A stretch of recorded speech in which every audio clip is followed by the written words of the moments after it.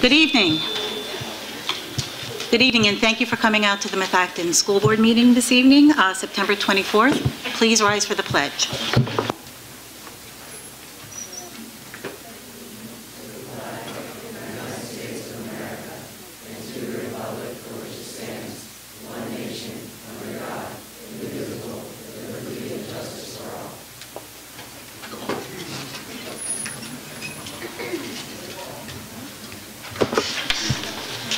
All board members are here and in attendance. By way of announcement, last week, immediately following the board work session, we held an executive session at Skyview Upper Elementary. We discussed two matters of litigation. The first was the conditional use application of the Methacton School District filed in Worcester Township before the Worcester Board of Supervisors.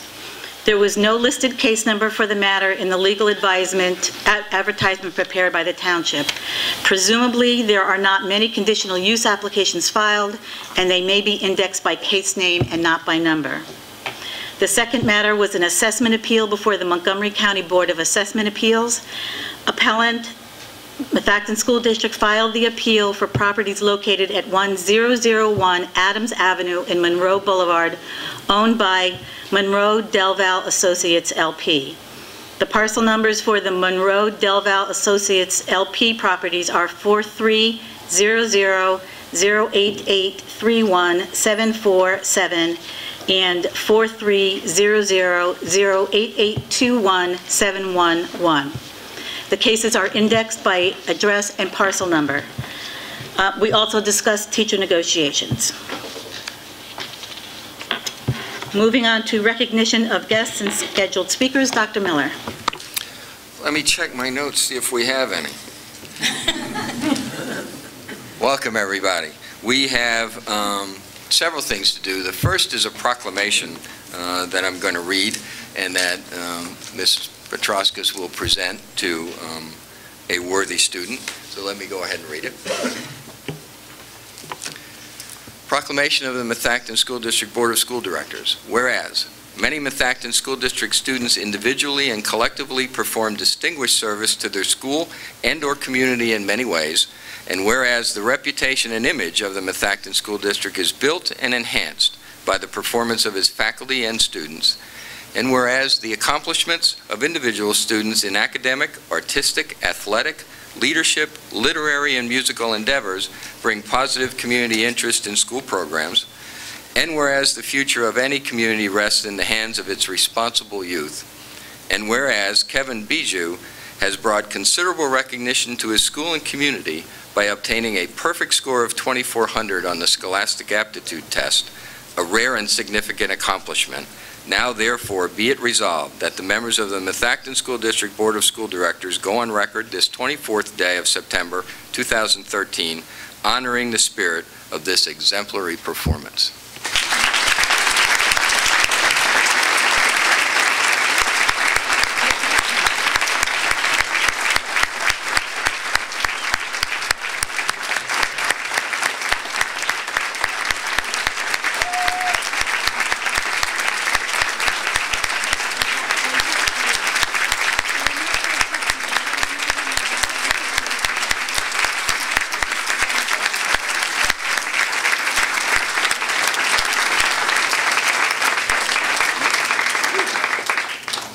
Congratulations.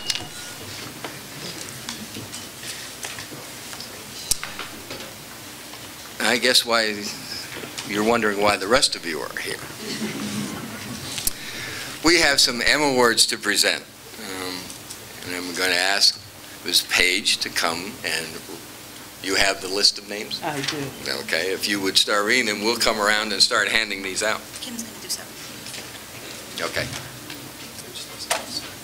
7th grade? Okay. I'll give these to you. It gives me great pleasure tonight to honor a very significant amount of students who have taken their academic education extremely important to themselves and given their very best efforts throughout all of last year. We'll start out with this year's 8th graders who earned the MM Award last year in 7th grade. And as I call your name, if you would please come forward for your M Award, and we'll hold our applause till the very end. As you can see, this is Methacton's pride. I congratulate each and every one of you as you come forward to accept your M Award for academic excellence. We're going to get them all lined up, at least the 7th graders all lined up up here so you can take lots of pictures. Photo ops. Justina Adams. Chantal Alano. You're going to have to take some time around that. Justina. And Chantal. Elise Alexander.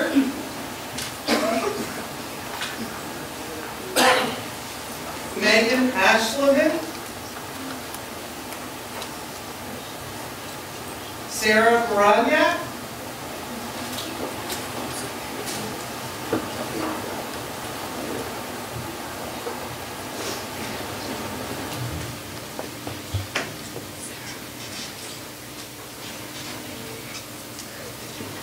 Juliana Bove. William Chen. Malika Denekar.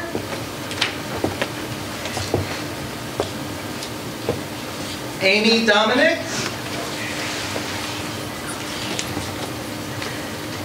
Lauren DeRazio.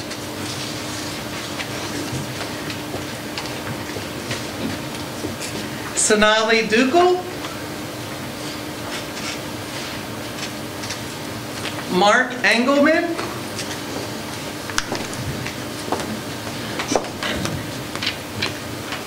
Olivia Hoover.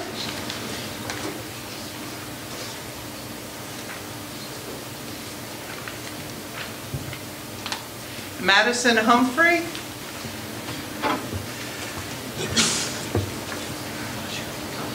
Claire Jablonski.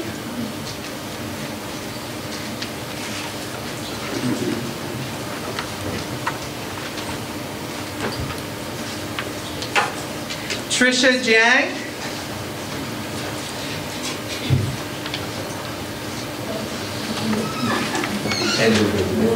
Evelyn Kiefer.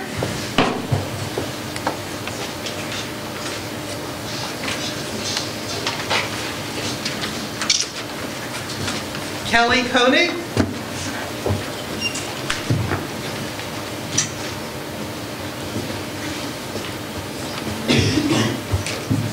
Jillian Kratz.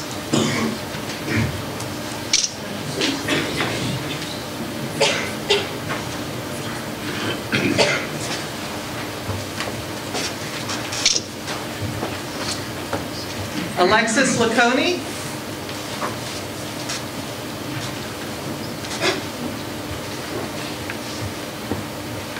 Emma Lowry.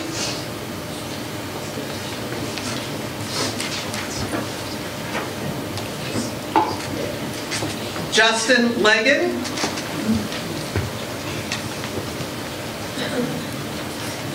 Joshua Lee.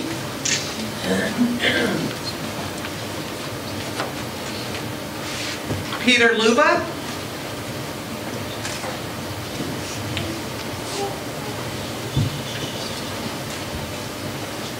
Jasario Manicky.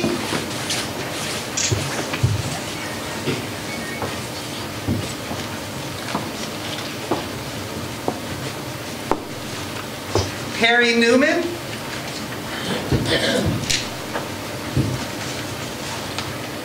Abigail Piriello.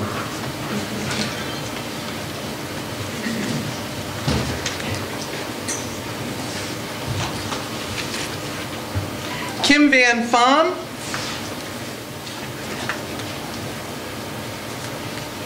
Catherine Price.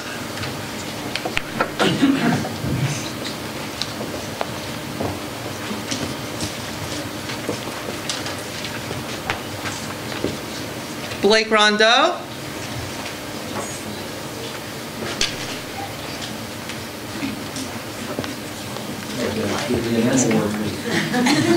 Catherine Sorber.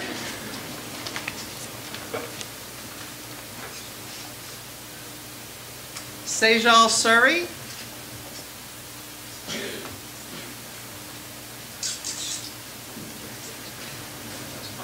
Jessica Talamo.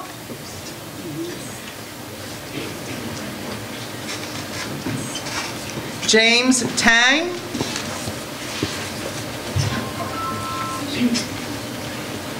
Rachel Thornton.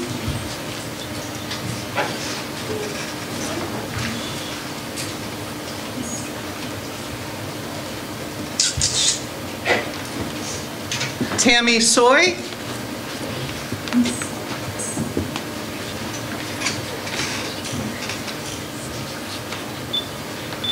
Chloe Withers. And Mary Zwang.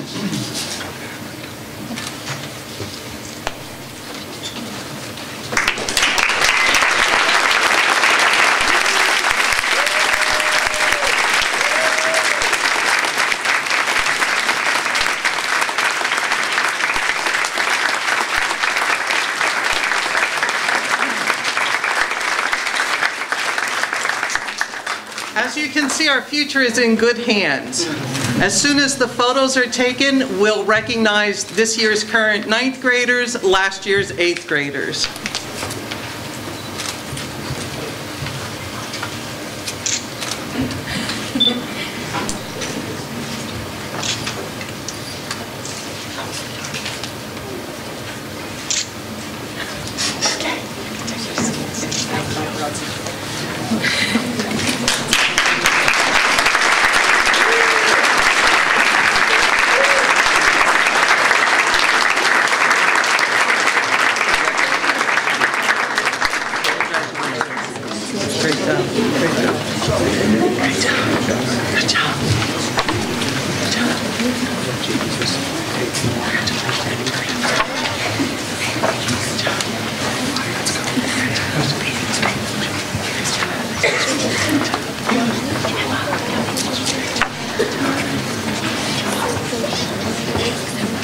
Round 2.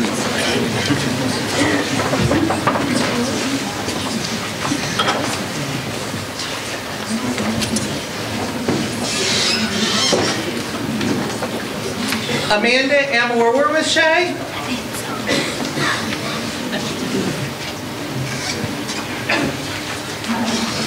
Joshua Bricky.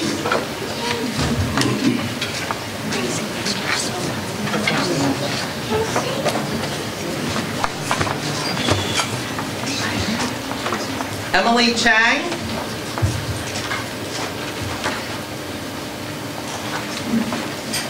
Nicholas D. Philippus.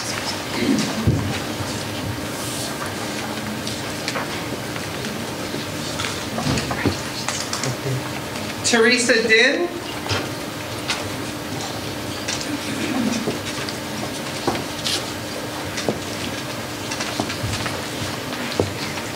Dylan Garrett.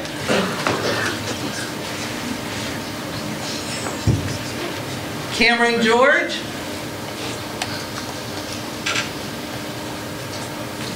Zane Gouda. Amanda Groff.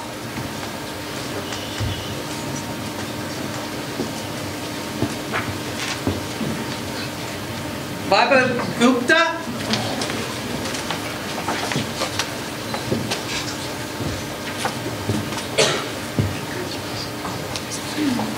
Sarah Jones. David Kennedy.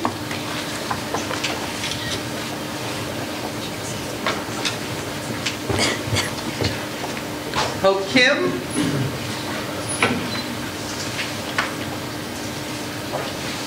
Alec Lanter.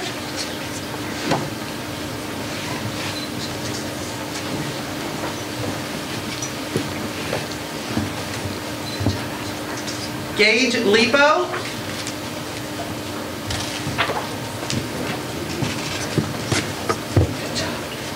Brendan Marion.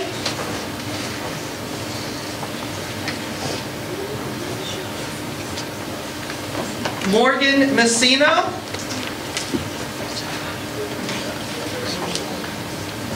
Ryan May. Tara Mehta.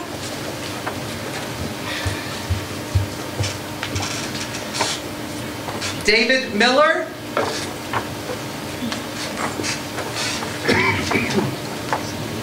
Margaret Palco.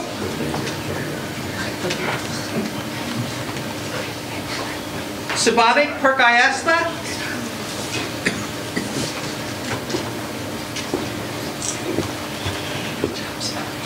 Harleen Surrey.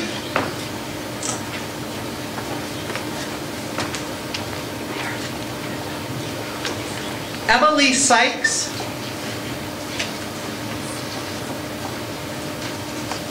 Daniel Volpone.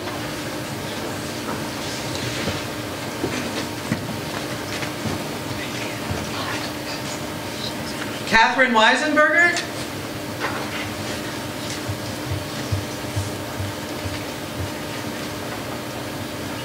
Emily Werkheiser. Brianna Wiegand. Rebecca Woodward.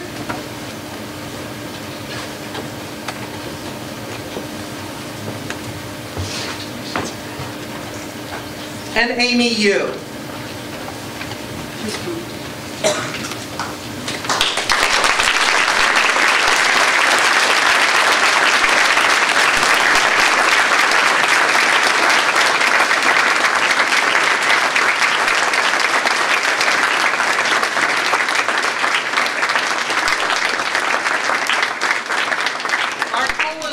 Students, now the high school's current freshmen. Congratulations again.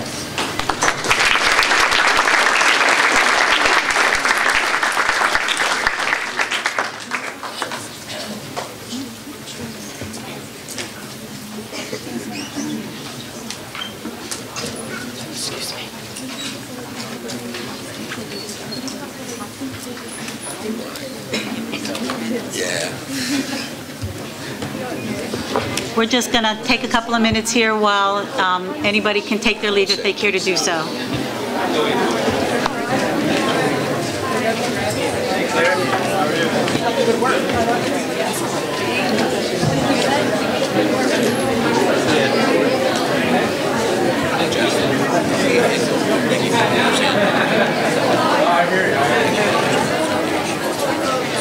I think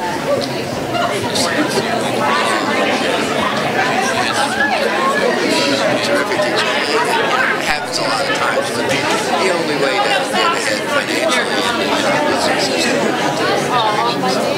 people come out of the classroom. Yeah. No, I think she was balanced. I think this is what she's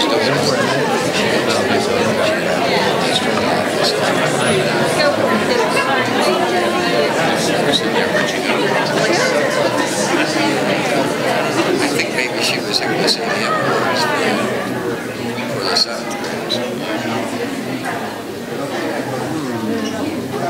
Yeah, she's a terrific teacher. You hate to lose her, but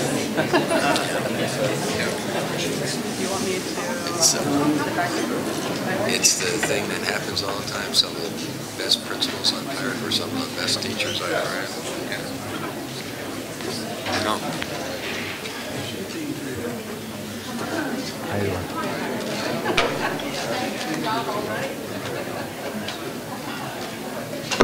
Okay, we're going to proceed now with our meeting. Moving on to We're still under recognition, yes. Dr. Miller. We have, next thing we have is a presentation by the high school physical education staff. We had budgeted, if you may recall some back during the budget days, for a climbing wall at the high school. Long story short, a lot of discussion and looking at the uses of that climbing wall, and the phys ed staff there has decided that there's a better way to go that gives them a much more flexible facility, something they can use much more appropriately and much more often and do more things with, and that's a low ropes course, and they would like to present to you, just in case all of you aren't familiar with a low ropes course, what a low ropes course is. So I'm going to turn it over to, I guess, Jeff Darstein.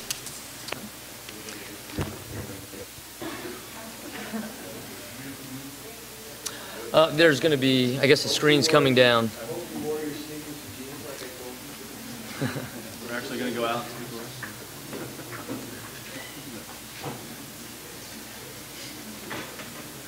Yeah, they marked out on the gym.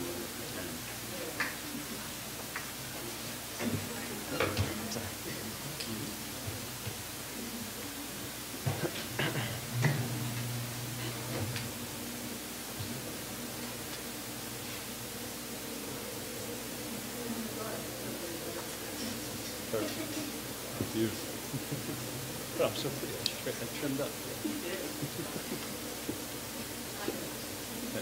Just gonna sneak in in case I need access to them.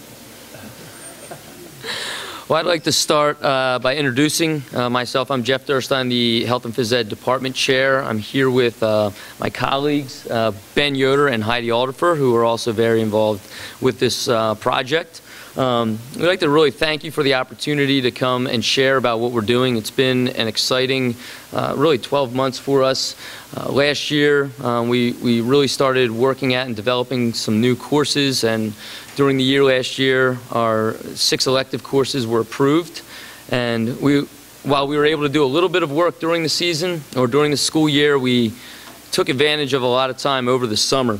And that's really when our extensive planning took place. And as we were looking at things, as Dr. Miller said, originally we were thinking a rock climbing wall. And while there are some real positives to that, when we looked at the possibilities with a low ropes course, it just seems like the best fit at this time.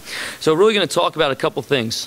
First of all, why is the low ropes course a better option? Why did we make this equipment change or this recommendation?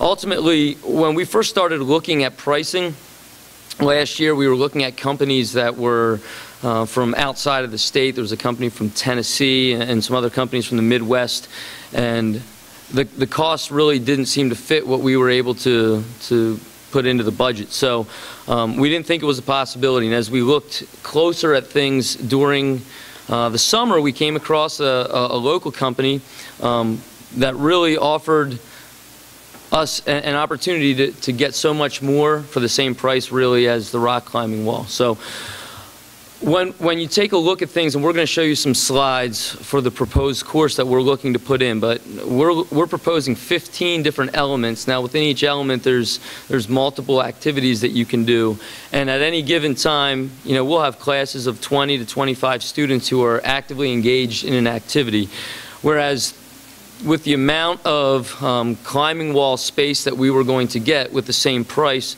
you would be looking at 2 students participating at a given time with the rest of the class, basically observing them or doing other activities. So we really felt like the opportunity to have 15 elements and incorporating all the students in the class was just a much better option at this time. So where will it go? You can see a map of the high school campus, and the arrow is pointing to the far end of the campus by Mill Road, behind the stadium. One of the nice things about the location is that it's really away from some of the other facility project proposals that are out there right now. It wouldn't interfere with any of that planning. One of the things with that area is it's a wooded area. And one of the concerns when you put in something like a low ropes course, similar to a playground going in maybe at some other schools, is it could be considered an attractive nuisance once the students know it's there. Are we concerned that they're going to be using it off hours and so forth? One of the things, and we'll talk about safety related concerns later, but the plan is to have the underbrush along Mill Road still in place so that it would keep it somewhat hidden in there. While we know it's not a perfect scenario in that case, it is a great location with the trees already in place to put the elements in and still have a natural feel to it. The company we're looking at is the Summit, and they're, like I said, when we were looking initially last year, we didn't come across this company, and we had the opportunity getting some feedback from some other people who used the installer about you know, what possibilities might be there. So we made contact with them probably early August. Initially came out, had a meeting, looked at the site, and started to explore some of the possibilities. And several weeks ago, really looked in great detail at what we would be able to do with the money that had been budgeted. And, you know, we feel like it's a very strong company. The thing that has separated them from some of these companies from out of state is that because they're local, they're able to keep the cost down substantially, really, because the travel costs will not be included with the installation. Ben? Again, my name is Ben Yoder, and I'm here to help Jeff talk about this low ropes course. I wanted to give you an idea of what exactly a low ropes course is. I'm fairly experienced at teaching these types of activities. I taught at Hideaway Day Camp, which is very close by, for several summers.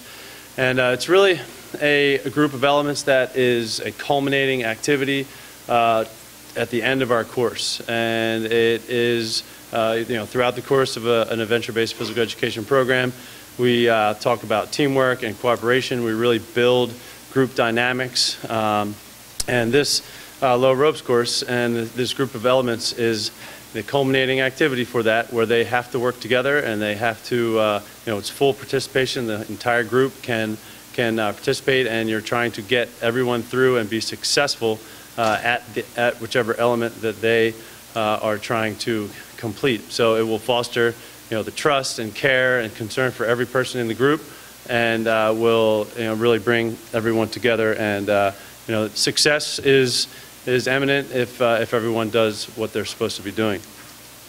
How does it fit into our curriculum? Very excited that we're able to offer this course to our students. I feel that it is a way to get, you know, the student that isn't typically interested in physical education, isn't typically, you know, ready to get out there and shoot hoops or you know, any of those other types of sports, and it will generate enthusiasm for all students to continue activities outdoors, you know, and it will captivate the you know, traditionally disinterested student. So again, I'm very excited to have the opportunity to have this course in our curriculum. One of the points of emphasis with some of the curricular changes that we're making is really an emphasis on lifetime fitness and activities that students will be able to do beyond their years here at Methacton High School. For now, the activities where we see the ropes course being used primarily are physical education classes. We have the Adventure Egg class, but we see it as a possibility with other classes going forward. Special education classes, because they're low elements, you know, most of them are low to the ground, and they provide opportunities for students of all abilities to participate. We also look at it, our athletic teams having the opportunity for team building opportunities and working together to build some of the cohesiveness that you want to develop from a coaching standpoint. Staff members similarly could do some activities like this to have some staff bonding and learning how to work together in a setting that's different from the traditional in-service setting. One of the keys to be able to do all of that is to have training, which is one of the safety considerations. So included in the cost is training for staff members, and initially we're thinking all the phys ed staff members would be trained, and then anyone else who might be interested in using the course. There's the possibilities we get things up and running and get things off the ground that other schools within the district will be able to bus students over and use the course as well. You know, there's minimal safety concerns because the elements are low to the ground. With the elements that do pose some risk and some danger, we've discussed with the installer the possibility of getting takedown cables. So, you know, any individuals who off hours who would come to the site, the dangerous or most dangerous elements would not be available for them. In addition to that, signage is something that would be put up, obviously deterring people from using the course off hours. And finally, there are helmets which are included as part of the installation package. So safety considerations, we've been in discussion with the Summit, and obviously having been in business for 26 years, they've seen a little bit of everything and are very thorough in all of their safety procedures. So our remaining slides here, just to give you a little taste of what some of these elements are. Ben's going to be explaining just briefly some of the activities that will be included. So this actually is the element that would be one of the last elements that we would do, and it's the team wall. It's about 15 feet high, and so one of the challenges obviously is for the group to come together and problem solve and really figure out how they're going to get everyone up over the team wall. One of the big elements in the adventure-based physical education program is trust. And as you see at the bottom, everyone is there spotting. Everyone there is there paying attention and encouraging. And in order to have trust in those individuals, you have to build that throughout the course. And then this is a great way to bring it all together. This here is called the fidget ladder. It's a very wobbly ladder where you, again, coming up with different ideas and different strategies and getting everyone up the ladder. And as you can see there, the person is wearing a helmet, and then the people on the side there are doing the spotting, and everyone else is watching and contributing. Another, again, a part of the trust aspect of the course. Trust me, we don't go right to this. We will build on that. We do individual spotting, really standing as close as you can to the person and having them fall backwards, and then you move back a little bit further. You talk about how you feel, and build that camaraderie, and then you go to the trust platform where there is a technique to intertwine everyone's arms and hands, and that's the ultimate trust. Closing your eyes and falling backwards into someone's arms is a great way to build that trust. These are two fun elements. One is the nitro crossing. You have one platform with a rope in the middle, and you're swinging onto the other platform, and you have to, there are challenges with that. Sometimes you're able to move the platforms further or closer together, and to make it more challenging. And then the multivine is a series of ropes that are hanging from another cable that you have to go across. Now, if I was teaching this, I would make sure there were spotters on either side, but that is the multivine. The whale watch. This is a big platform with something in the middle to help with the balance, and you have to work together as a team to get that platform off of the ground, whether it be positioning or holding people in certain positions. Again, another great teamwork activity. The Wild Woozy, and from what I understand from the Summit and the installer, this will be a couple elements combined, and we're able to take 2 or 3 elements and make one. And what this is as the cables go further down the way, they get further apart, and they have to trust each other and put the same amount of force into each other's hands to be able to do this. And as you see, the people spotting. The spider web, I'm sure you may have seen this before. Many different variations to the spider web, and all of these elements do have variations. You can use blindfolds, you can do it without talking, you can have different ways of conquering these elements. And this is the spider web, and they have to get everyone through. Once you get someone through one of the portholes, then that portal is closed, and you have to, depending on the size of the person or the willingness to get high in the air. So it's all really, this is another great one. And then the tire traverse. This looks more fun than anything. This is just another example of what we can have down there in that area. So, Jeff, you want to wrap up? So once again, as I said in my intro, we just really appreciate the opportunity to share about the possibilities here. And as these courses were approved last year, just really excited about some of the changes, some of the new exciting activities we have, and what that might provide for our students in the years to come. Thank you.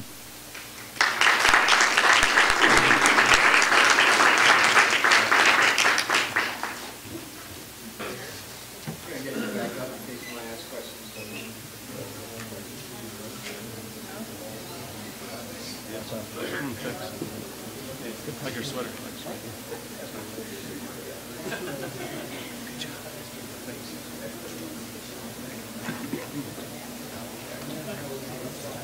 While everybody's gathering again, thank you for the presentation. I will say I've had some experience with this in another district where they installed a low ropes and a high ropes course, and I will tell you at some point very soon it will be the most popular part of your physical education program. There's no question. It's kids really eat it up, and it's terrific. It's wonderful for all kids, regular ed kids, special ed kids, all kids, and if you can bring some of our other schools over at times to use it, it'd be great as well. So, any board members have any questions for? Yeah, I had a question. Can you use it in all 4 seasons? Yeah, I mean, I would say that, you know, kind of as our rule with, in our classes, you know, if it's above 50 degrees, then we like to go out. But in a course like this, there's a thing in that course, challenge by choice, and you know, one of those choices made to be to go outside. And if we were going out in the cold weather, then we would definitely have them notified to bring extra clothing. And so I believe that it could be used, barring any snowstorms or rain. I don't think we would go out in that because of safety reasons. But I think if the weather permits, that we could use that all year round.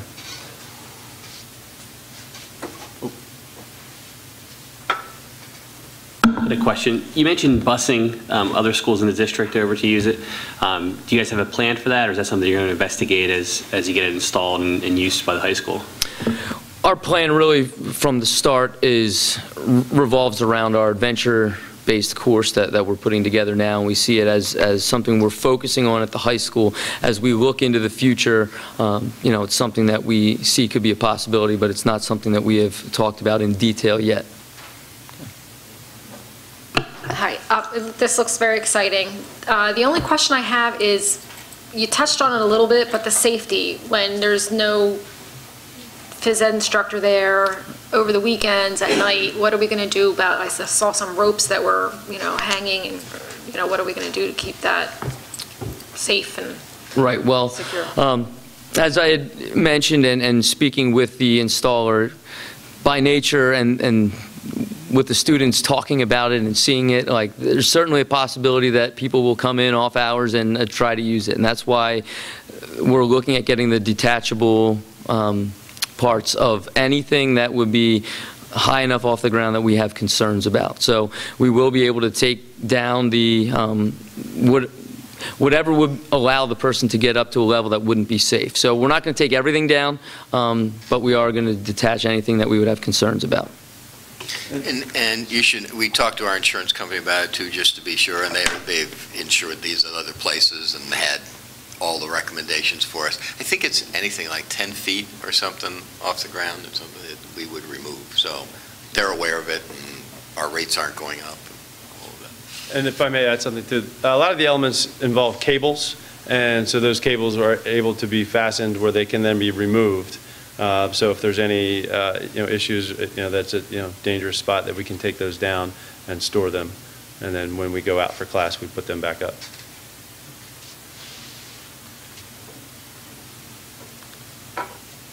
Any other questions? Thank you. Thank you. Okay, moving on to reports. Finance Committee, Mr. Nascimento. Thank you. The Finance Committee met last Tuesday, discussed several topics, including student lunch account balance procedures. Stuart took us through some processes there and some recommendations there. Software evaluation that the staff is looking into, the administration is looking into around payroll and financial software. We got an update on the local audit and also some other financial activities, such as investigating new bank accounts. And of course, we got a draft review of the 2014-2015 budget timeline. Thank you. Policy Committee, Mrs. Shackelford. Dr. Miller, Mrs. Woodring, and myself met on September 17th at 9 a.m. in the Farina Center. We reviewed again, excuse me, the 6 board policies that were discussed at last month's board work session. Of those 6 policies, one 006.1 Broadcasting Board meetings is on the agenda tonight for a first read. We're holding 3 of the policies to review with Dr. Zerby, and we may recommend dropping policies 009 censure and 012 civility based on the outcome of a review of a previous board member who was censured and solicitor's recommendation. Thank you. Thank you. Property Committee, Mr. Phillips. Tomorrow is a big day for Methacton. It's the beginning of the conditional use hearing at Worcester Township for lights at our fields. Would love to see all of you here. Make sure you get there early. Limited space. We did offer the township up auditorium to have their meeting, but they never got back to us to change the venue. So arrive early and ask a friend. Stay late. Come early, Bring stay late. There you go. So obviously the report is that, and hopefully the next time we're sitting here, we're reporting that the conditional use was passed and that we have the ability to do that. Thank you. Technology Committee, Mr. Roth. As we did not have a meeting this month, I do not have a report. Thank you. Very good. Thank you. Moving on to North Monco Technical Career Center, Mr. Nascimento and Mrs. Woodring. Thank you. We met on the 16th of September over at the Career Center.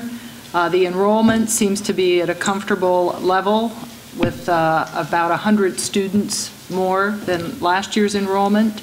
That enrollment stands at 1,157 students. The conference room will be dedicated to Captain Schweigert, who we lost last year. He was a long-term JOC member from Perkiomen Valley. That will be dedicated at the holiday dinner. And the JOC members were invited to a trial run restaurant opening on October 2nd, with the grand opening of the restaurant set for October 9th. That's my report. Thank you. Yeah, the only other thing to add is that we did a first reading of a policy around electronic meeting, electronic attendance. Other than that, Kim covered everything. Very good. Thank you. And moving on to Intermediate Unit, Mr. Jones. I have no report. I have legislation. Don't really have a report other than the fact that there's a lot of moving parts in Harrisburg right now.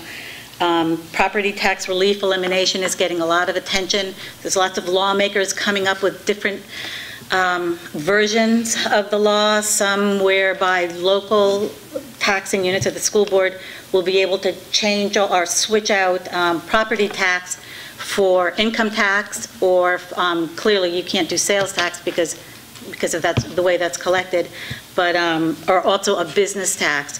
So there is a lot of different versions out there, not getting a whole lot of attention, but getting a lot of talk. A lot of people are talking.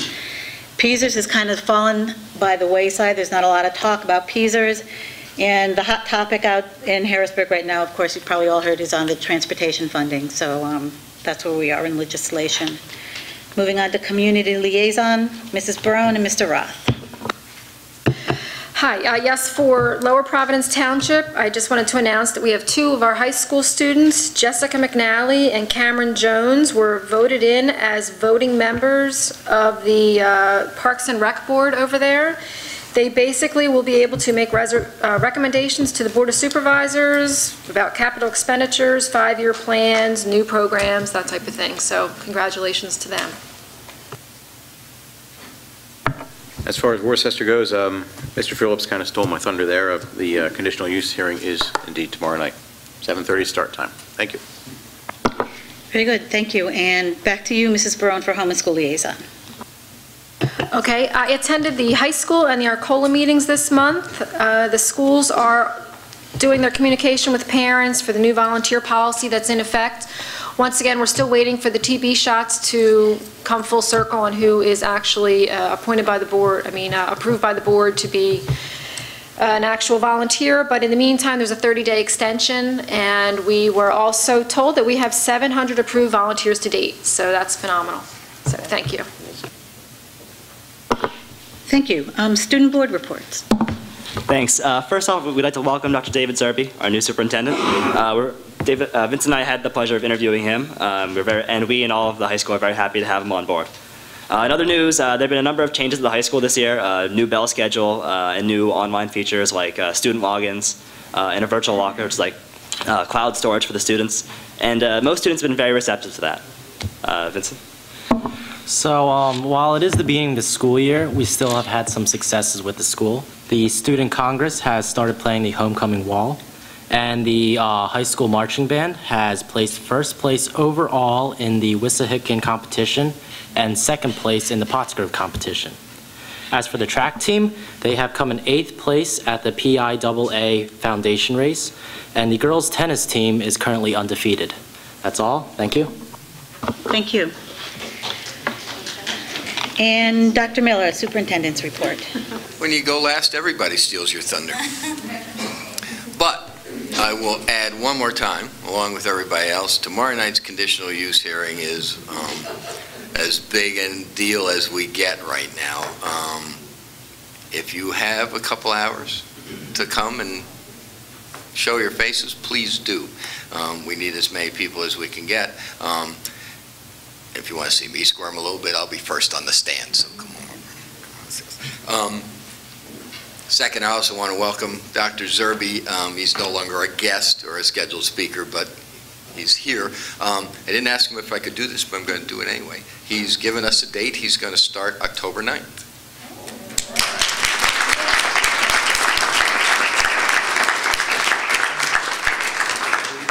And happy as I am, this is my last board meeting with all of you. Retiring superintendents, I've always said, retiring superintendents, they ask, are you counting the days? No, we count board meetings. 2 board meetings to go, 1 board meeting to go. It is my last meeting, and I have, I won't say it's necessarily been a hoot all the time, but I've enjoyed working with all of you. I thank you for having the confidence to call an old you-know-what back to do this again for a couple months. I want to thank all of you, certainly. I want to thank particularly the administrative staff and most especially the cabinet. I won't single anybody out because that would be wrong, but they have been tremendous. They were a tremendous cabinet when I was here before. They're a tremendous cabinet now, and I just would really like to thank them. I'd like to especially thank Donna Coons, Donna in the camera, the best board secretary in the world. Put that in the minutes. Thank Donna in bold for everything she does.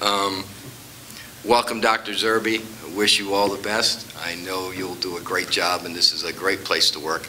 Has a great staff, a great student body. It's just a terrific place. You'll love it here. So for the next 3 weeks, I'll be transitioning once again. I might add. Other than that, I don't think I have anything but conditional use hearing. Come on out. Well, I just found out about 10 minutes ago that this is going to be Dr. Miller's last meeting. Well, I want to give you too much warning. Yeah, I know. But I do want to thank Dr. Miller for coming so quickly when we called. He was here days later. He was able to hit the ground running because of his experience here. He was trusted here, which was really one of the most important things for us, was so that while we were going through these transitions, it seemed seamless almost. He got us back on the healing path, on the road that we needed to go in.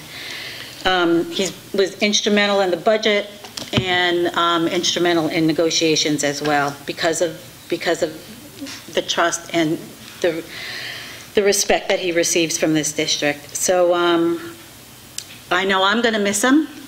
And David, I am absolutely looking forward to you joining us here, but I am going to miss Jeff. And your phone number is staying in my phone. Yeah. I had a feeling it might. Moving on. This is the time for public comment and any board action, anything the board will be taking a vote on this evening, this is the time to comment on. Do I have any comments? Mr. Andrews.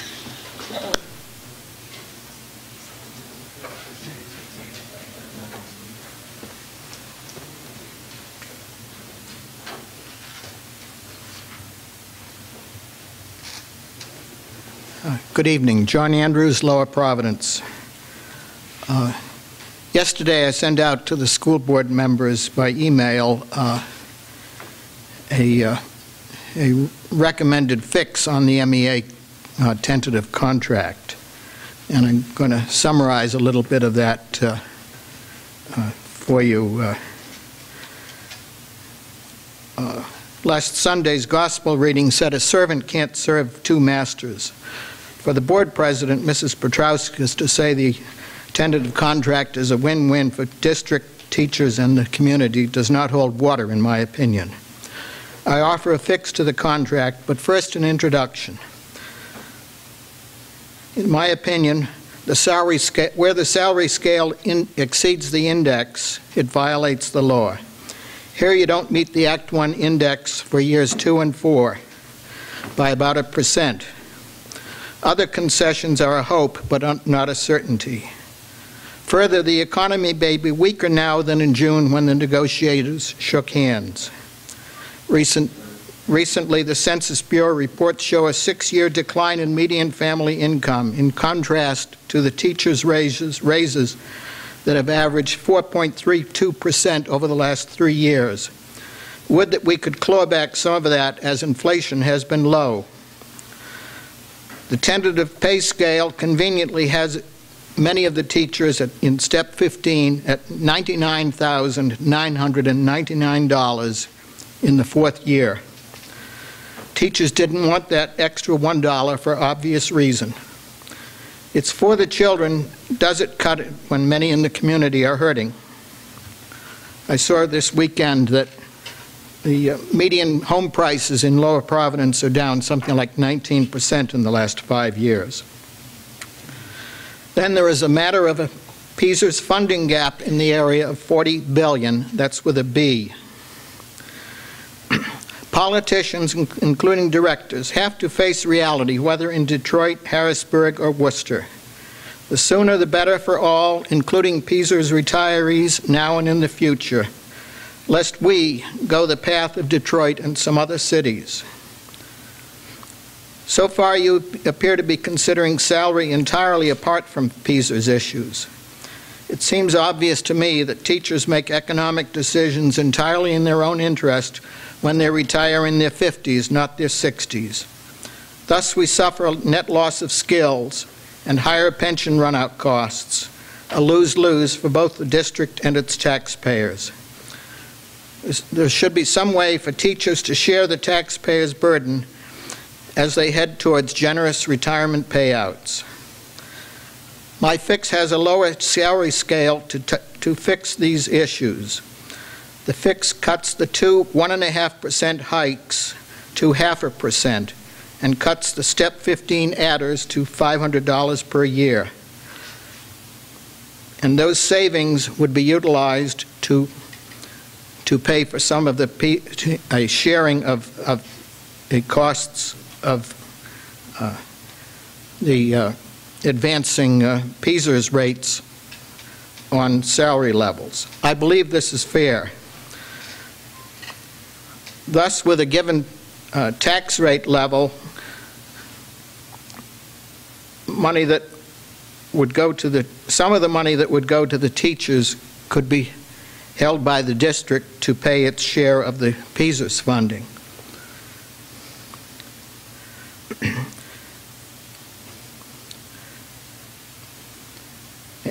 And one thing that I did was to have a sharing of the PSERS rates above 7.5%. And when you do that and make the cuts that I have indicated in the pay scales, you end up with a tracking of the teacher's pay and the employment cost index over the years, as it has tracked for quite a few years already. Perhaps you find something of value in this fix. Lastly, I urge you to defer your vote to hear from the public and from Dr. Zerbe next month. Thank you. Thank you. Any other comments this evening? Yes, sir.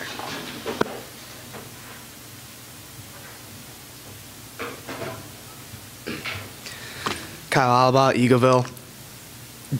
Congratulations, Dr. Zerby. You're starting October 9th, I believe was the date.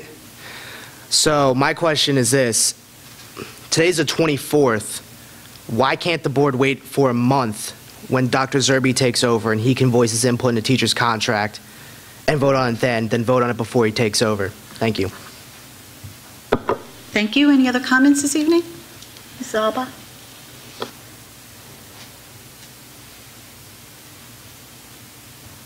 Candy Alaba, Eagleville.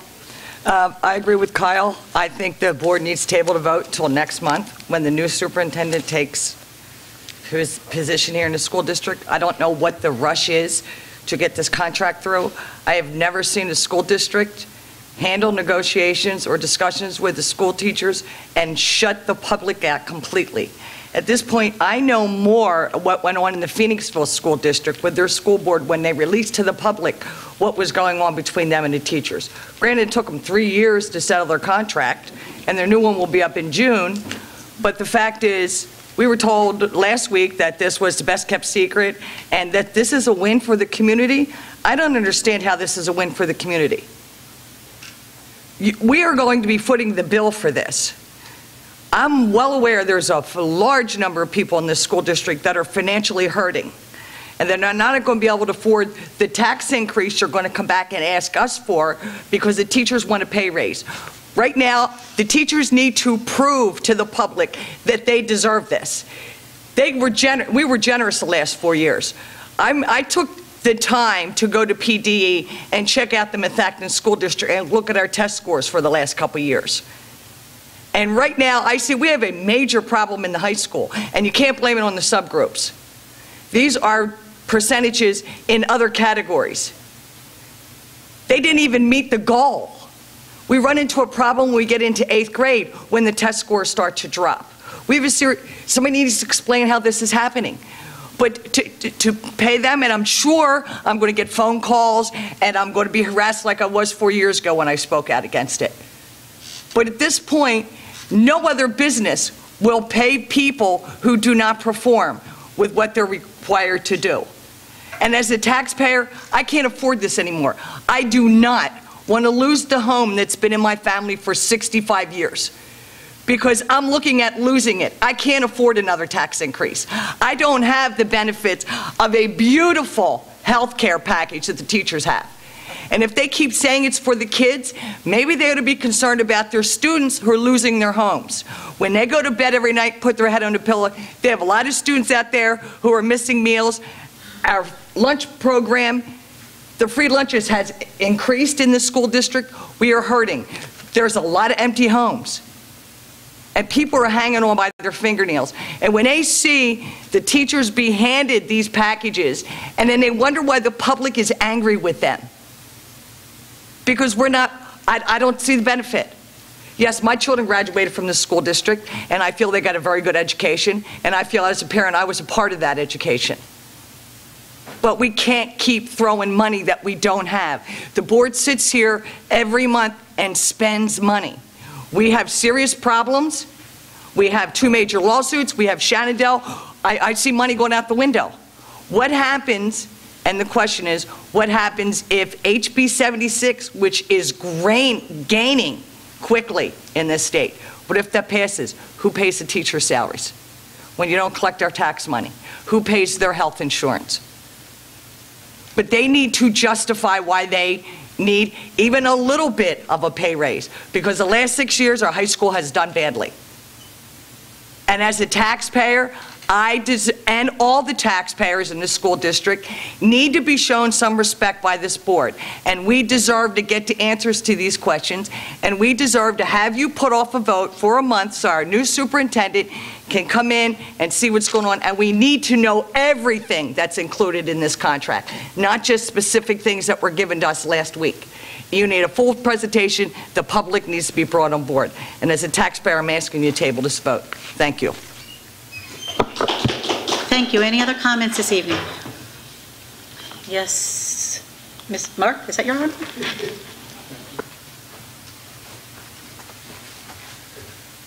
Mark Constable, Worcester.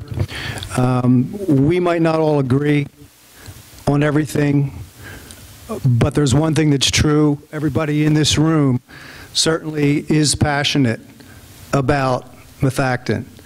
And that said, we talked about the students. For those of you who aren't aware, this year represents the 50th year of Methacton in terms of graduating classes. The first graduating class graduated in 1964. And you gentlemen will be class of 2014. So we congratulate you. We congratulate 50 years of Methacton students. And for those of you who are Methacton alumni, parents of Methacton alumni, the alumni is getting together on October 12th to celebrate 50 years of Methacton. So if you heard about it, spread the word. We are happy that the Education Foundation for the Methacton community is supporting that event, and you'll hear some more next, I guess the next meeting at some of the monies that we received to benefit the Methacton School District. So keep the passion, keep the support, and go Warriors. Thank you.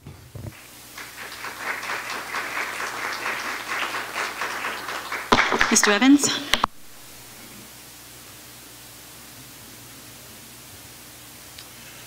Ron Evans, Worcester Township.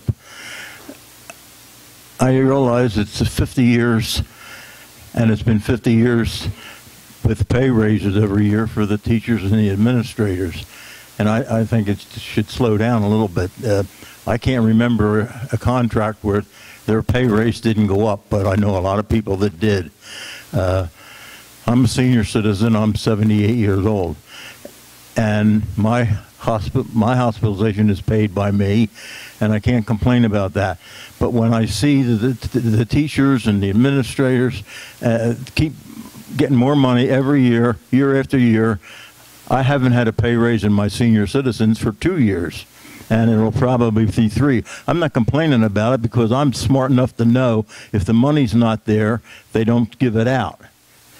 The little bit that we did get goes to Medicare or some other place where we see very little income every year. And I just can't imagine why the teachers and administrators as well can't just take a little bit less. I don't know of any of them that are making less money this year than they did last year. They all seem to be going up that scale. And sooner or later, it has to stop. Thank you. Thank you. Any other comments this evening? Okay. There none being? I just have one response. I just need to say that nothing that's either in any of our current contracts or the tentative agreement is unlawful. Act 1 or any other law, if it was unlawful, we wouldn't recommend it to the board. Thank you. Moving on to board minutes. Do I have a motion to approve board meeting minutes of the special meeting and the work session held on August 20th and the regular meeting held on August 27th? Do I have a motion? Mrs. Barone? Second, Mrs. Woodring. All in favor? Yeah. 9-0. Thank you. Okay, moving on to fiscal items. Mr. Whiteleather. Thank you. A couple items on for this evening. Item 9.1 is the list of bills for your approval. Item 9.2 is the treasurer's report on for your approval. Item 9.3 is to establish a student activity account for the class of 2017. I will defer item 9.4 to the superintendent. Item 9.5, as reviewed in Finance Committee, approval of VIST as an authorized bank for the Methacton School District. And lastly, item 9.6, settlement agreement and release. That concludes my report. Thank you. Do I have a motion to approve under fiscal items?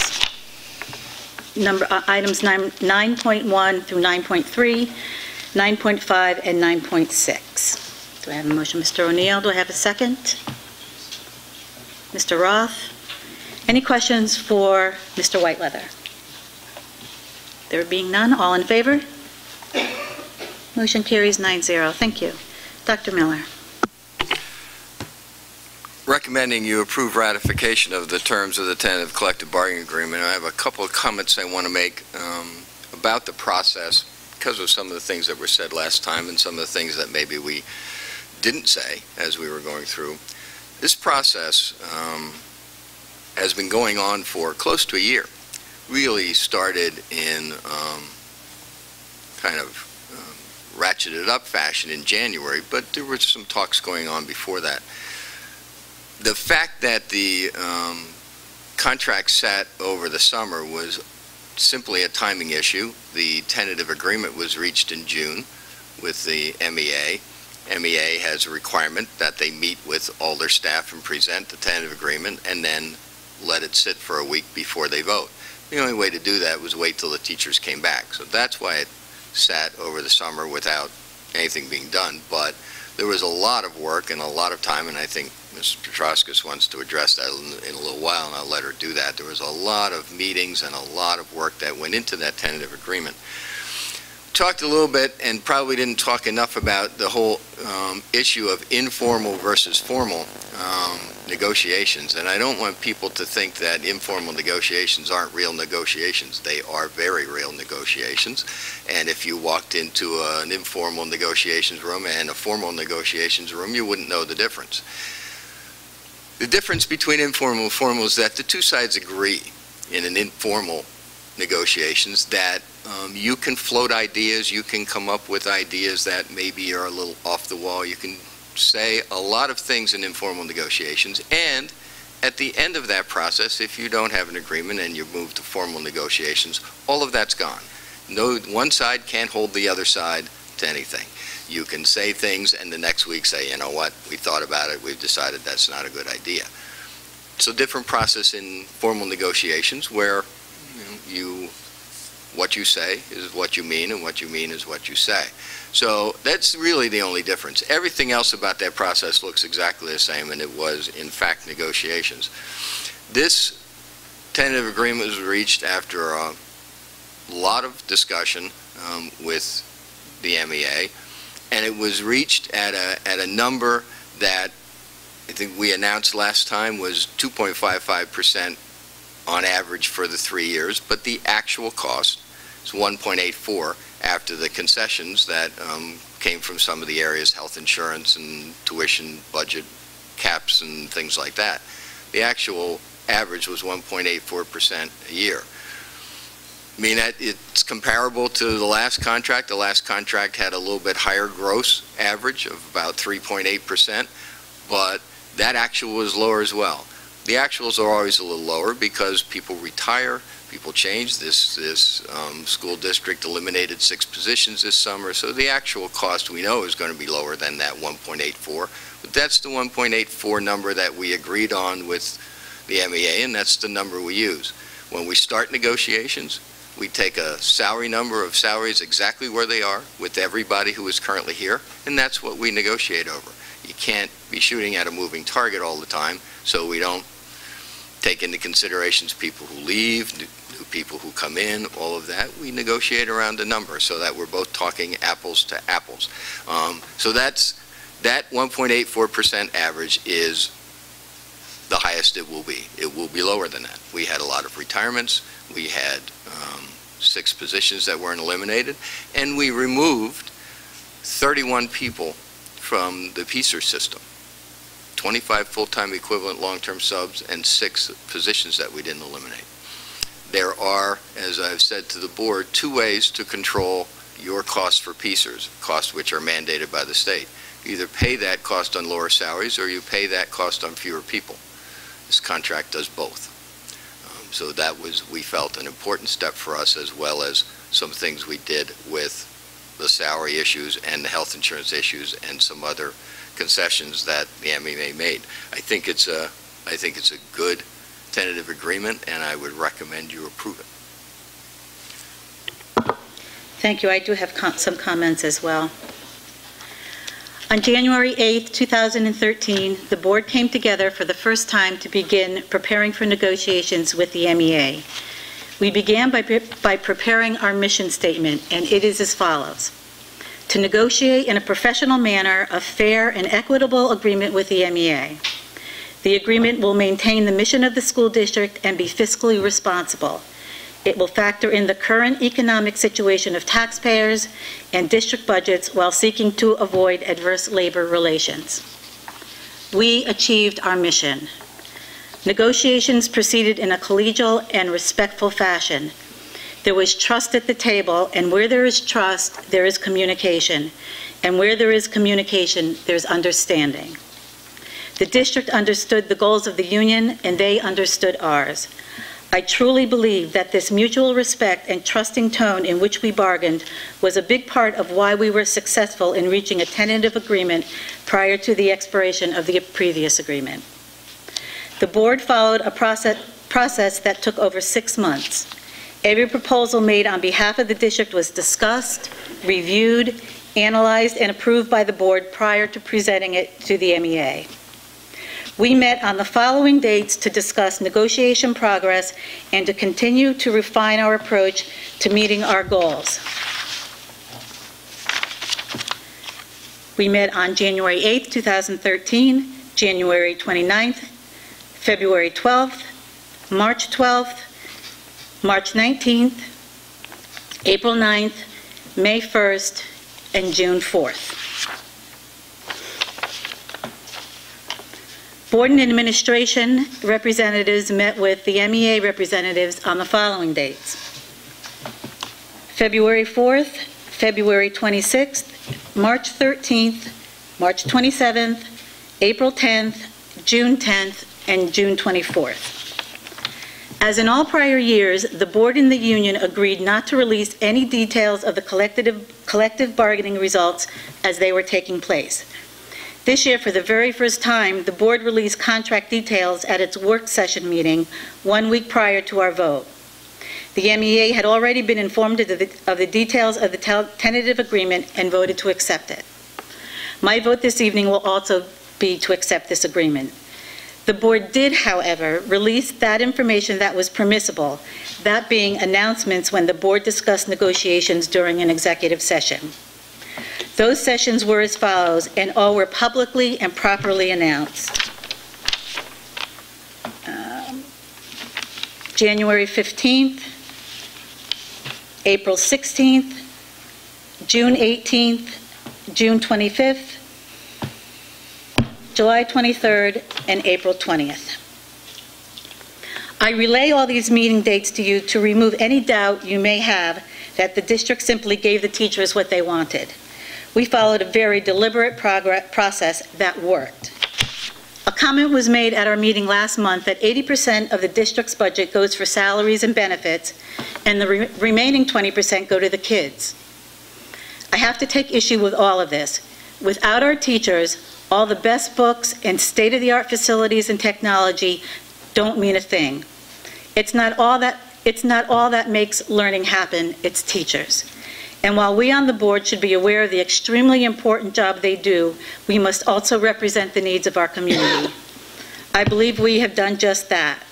This conservative contract is the first step in containing salary and benefit costs, which will contribute to the containment of those same expenses as we build our budget for next year. In closing, I would be remiss if I didn't acknowledge all of the work done by Mr. Harney, Mr. Whiteleather, and Dr. Miller. The board put them through their paces during this process, not to mention that Dr. Miller came in halfway through it. I recognize my colleagues' stamina throughout these past months and congratulate you all on reaching this agreement. My sincere thanks to all. That being said, do I have a motion to approve item 9.4, ratification of terms of the collective bargaining agreement? Mr. O'Neill, do I have a second? Mr. Roth? Do I have any comments from the board? Yeah. Mr. Jones. I don't dispute that some of the economics of this sound good, but I think we're trading off a short-term fix for a longer-term problem. We have taken something that wasn't very good to start with and made it worse, the salary schedule. The bump steps are now bigger than they ever have been. And although it looks good now, In the next 4 years and the 4 years after that, as people migrate through the salary schedule, this is going to be more and more difficult to budget for. And with what might be coming with tax revisions and the like, the only thing we're going to be able to do here, if we need to reduce anything, and it will be staff, and make no mistake about it, because 70% of the budget is staff, then what do? We reduce program. And who goes with program? So I don't look at it necessarily as a long-term win for us. Short term, we're doing just exactly what the federal government does. Take your pennies now and worry about the dollars later. Any other comments from the board?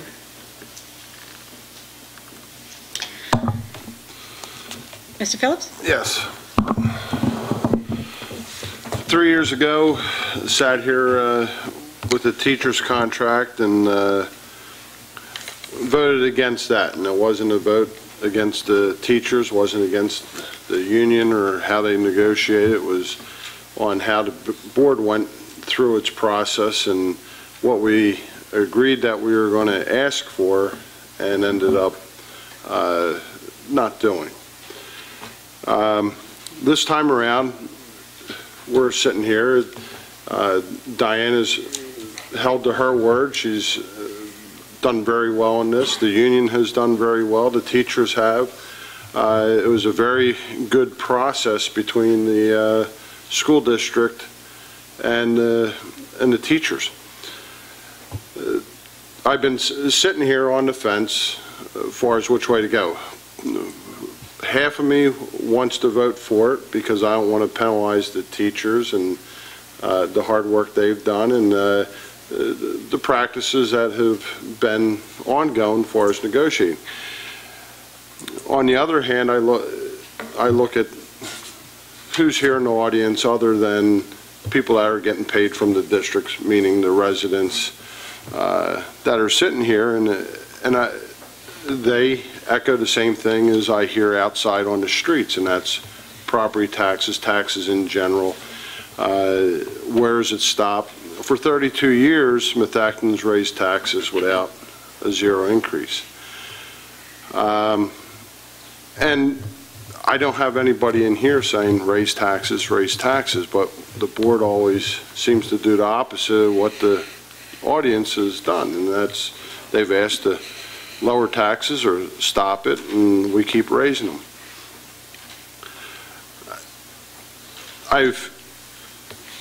This contract is very close to where we need to be as a district short term. And I've thrown out there as far as asking the board to pass a resolution for a balanced budget to keep the board in check with striving to have a balanced budget and to look for that zero increase. And with this contract, we're right there where we could potentially give a zero increase at some point during the term of this contract. And I'd love the board to strive to do that. And with that being said, it's a difficult task. I don't want to go against the confidence of the teachers and the union that you know, I feel that everything was done in good faith, but yet I also have the constituents and who's here on the other side of it.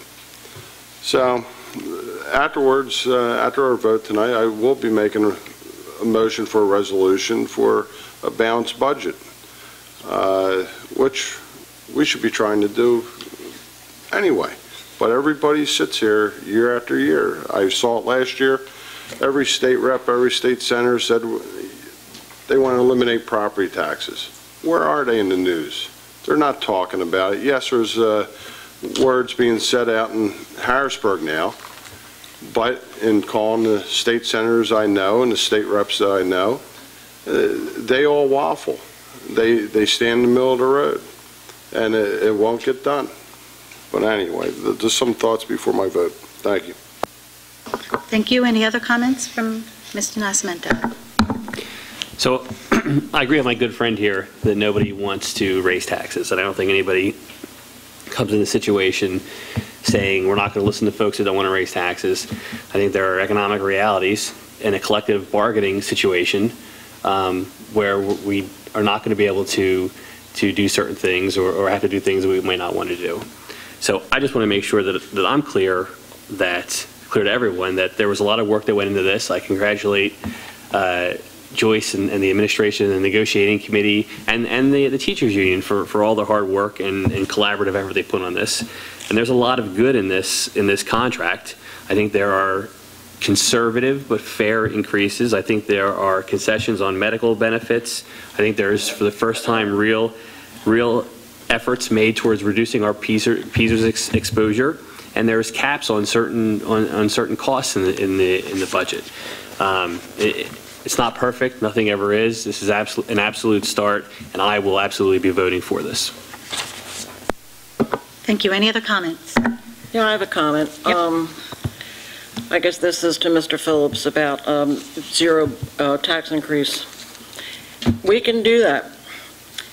I have a report here that I requested. This goes back to February 28th. If we eliminate all athletic programs from grades 7 to 12, we can save $720,000. If we eliminate extracurricular programs in grades 7 to 12, we can save another $439,000. If we close the high school pool, we can save $50,000. I can go on and on. I have a whole list of things that we can eliminate. The full cost is 6.3. The net savings would be 4.7. So we can eliminate that. The people in this school district wants to eliminate athletic programs. If you want to close the planetarium, if you want to cut down on transportation, these are all things that can be done. So I just think that the people need to know what things would have to be cut if you want a zero budget. Thank you. Thank you. Any other comments from the board members? Mr. O'Neill? Yeah, I'll be brief. Since I've been here, just three numbers I'll point out that I think are kind of tied things together. We've had the two lowest tax increases that I could find in record in 30-some years, with about 1.9%, which I think is a pretty reasonable number. And we're looking at a net salary increase of 1.84 in this contract, which I also think is pretty reasonable given the situation that we're in. So would I like to see the numbers lower? Would I like to see zero on the tax increase? Yes, but I think the numbers that we have are reasonably fair numbers, and I'll be voting for it tonight. And Mr. Roth? And I concur with Mr. O'Neill's thoughts on that, too. I mean, you know, this is the second contract that I've been voting on. The first one I did not vote for because I just thought it was too much for the district to handle. We struggled through it, got it down. The actual numbers ended up being less, but you don't know what those actual numbers are. You know, there's so many things that can happen between now and 3 or 4 years later. This contract that we have, or we're voting on tonight, I believe is a good contract for the Methacton School District. And the Methacton School District is composed of students, teachers, taxpayers, everyone. And I think it's a good district or a good contract for everyone. Fiscally, I think it's conservative enough that we can manage it. I believe that down in the 4 years of this contract, the costs are manageable. We know what these costs are.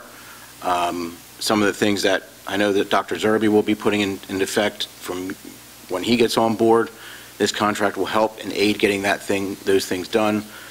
Something that even Mr. Phillips has talked about is a 5-year plan on budget. Well, I think that's going to happen. And Dr. Zerby has pointed out in many different things that is a goal of his to develop that. And lastly, I really think that you know, a lot of hard work went into this, and a lot of work from the MEA that I did not see in the last contract negotiations. Now, granted, I wasn't on the committee to do that, but this time around, I saw a different side from the union that I was very, very pleased with, and I saw a willingness to really open up and to work on, and I think the district owed it to them to do the same thing. So we worked it out together, and we came up with, I think, a solid contract, and I know I will be supporting this one. Thank you.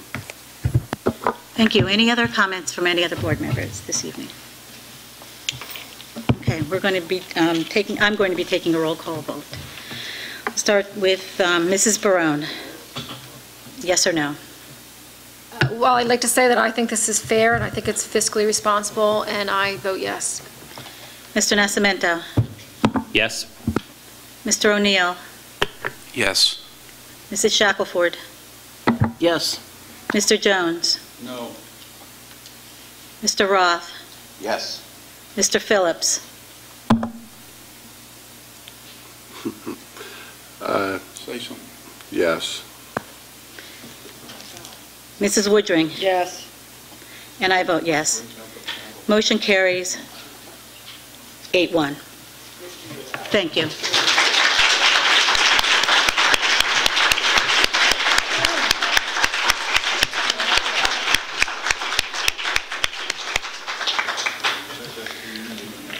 Okay, moving on to personnel items. Mr. Harney.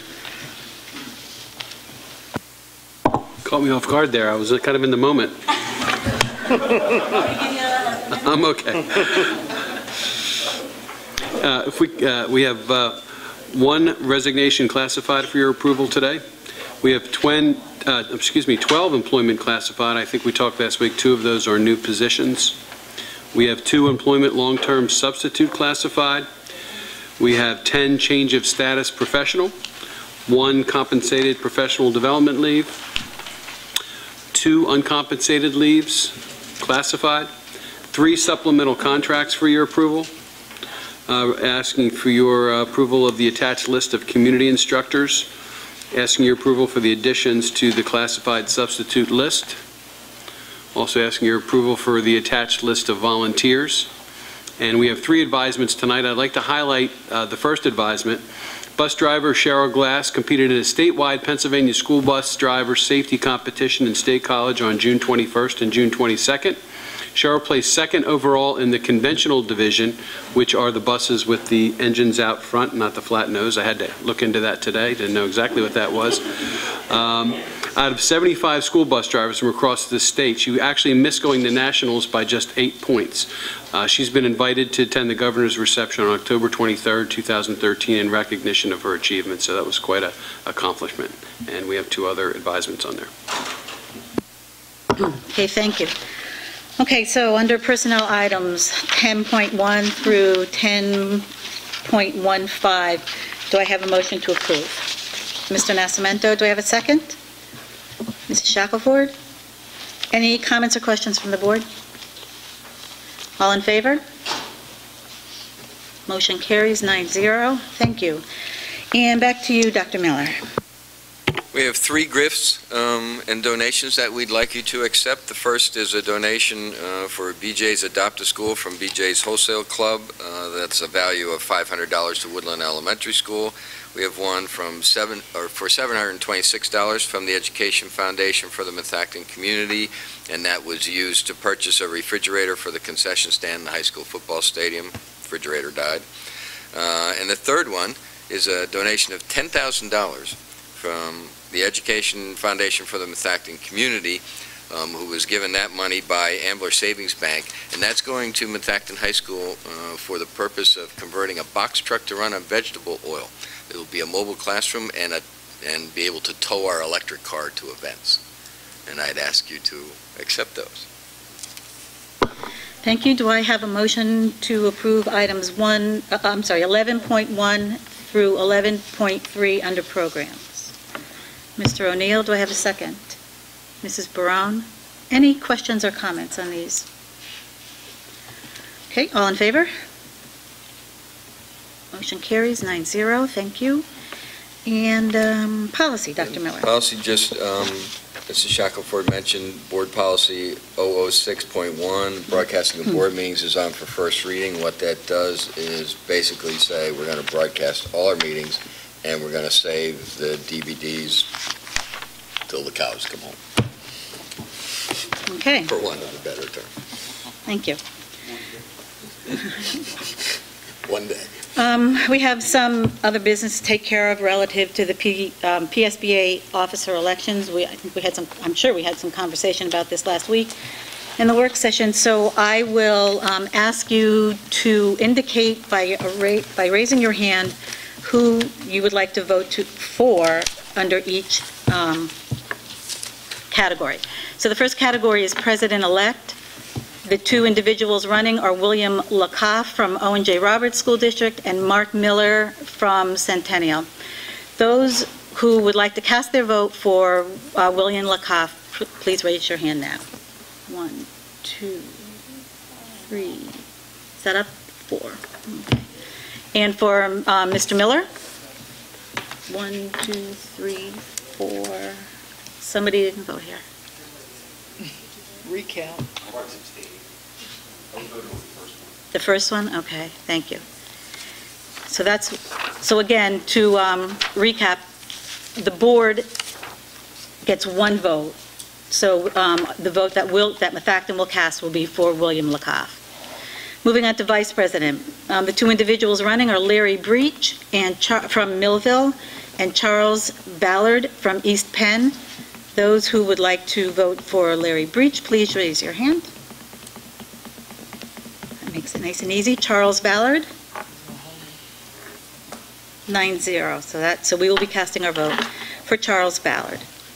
Moving on to treasurer, Norman Hasbrook from California area and Otto Voigt III from Muhlenberg. So those who would like to cast their vote for Norman Hasbrook, please raise your hand.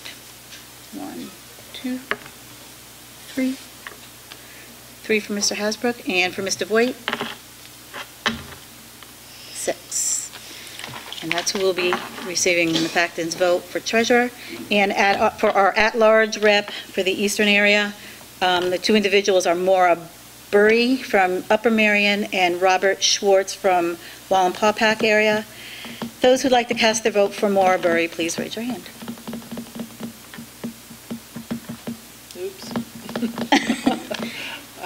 And those, Kim, thank you. So Methacton's vote will be cast for Maura Burry. Thank you for that. Okay, dates for everybody's calendars. October 15th, we'll have a policy committee at 9 a.m., a finance committee at 6:15, and a board work session. I would say those are going to be here. Yes. Donna? Not at Skyview here, but the times are correct. The times are correct. The times are correct. And October 22nd, we'll have a technology committee meeting and a regular board meeting here again at the high school. And all meetings will be September 25th is the conditional use hearing. In case you didn't know. In case somebody forgot to say that. Okay, do I have any old business from the board? Any new business? Mr. Phillips. Go ahead. I'd like to make a motion that we pass a resolution to balance the budget, and to make any amendments to it, need a 2/3 vote. That is my motion. Well, Jim, we pass a balanced budget every year, so your motion would have to be... Okay, what is your increase? Okay. Okay, do I have a second? Can I second it for discussion purposes? I have some questions to ask. Good.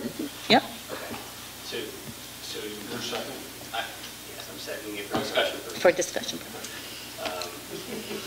So you want to pass a resolution that binds the board to explain to me how you want to do this. You want to basically bind us to not increasing taxes unless there's a 2/3 override. So you're basically going to limit. Can you even do that? I mean, how can you do that? You can't pass a resolution that binds the board, changes the voting pattern of the board, can you? I mean, the board can vote a majority for anything. Can you do that? I would defer to Frank on this one, but I don't think you can supersede the law, which only requires 5 votes for a budget. Excuse me, the school code in section 508 talks about the voting and how that's to be done, and what type of motions require majority vote, and that's what it speaks to. It doesn't speak to a two-thirds vote. So I would concur that it would be not proper to attempt to impose voting restrictions in excess of the law. So you're saying just a common majority versus a two-thirds? Well, exactly. If you pass the resolution, if whatever you do by resolution, you would undo by resolution if that would be the case. If you wanted to have a resolution, as it's sort of an expression of support for the position more than anything else, because ultimately you're going to come upon a budget and establish your tax rate at a certain point in time, and those things will determine themselves at the time that you sit here and pass upon them. So your motion is more of a symbol than anything else. Right, so I'll amend my motion that we adopt a zero tax increase budget, and that would be the motion rather than the two-thirds. So I amended to that. Okay, do I have a second? Can I ask a question before I do anything? No, we have to second it, and then we can discuss it. But before I do anything, will you amend that to be a motion that the board will pass, that the board will adopt a philosophy to work towards a 0% increase, 0% tax increase?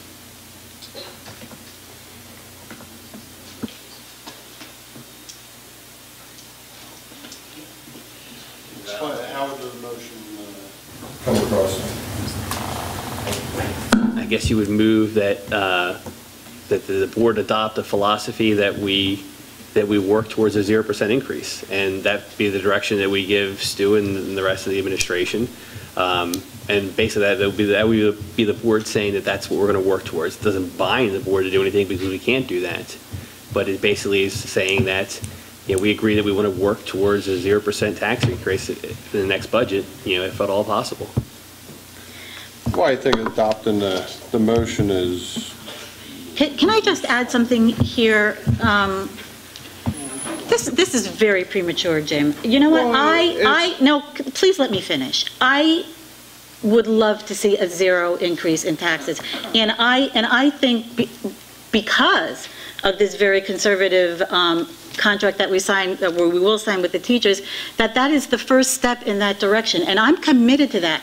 But to agree to a motion or to a proclamation that that's what we're going to do, that can be rescinded at any time.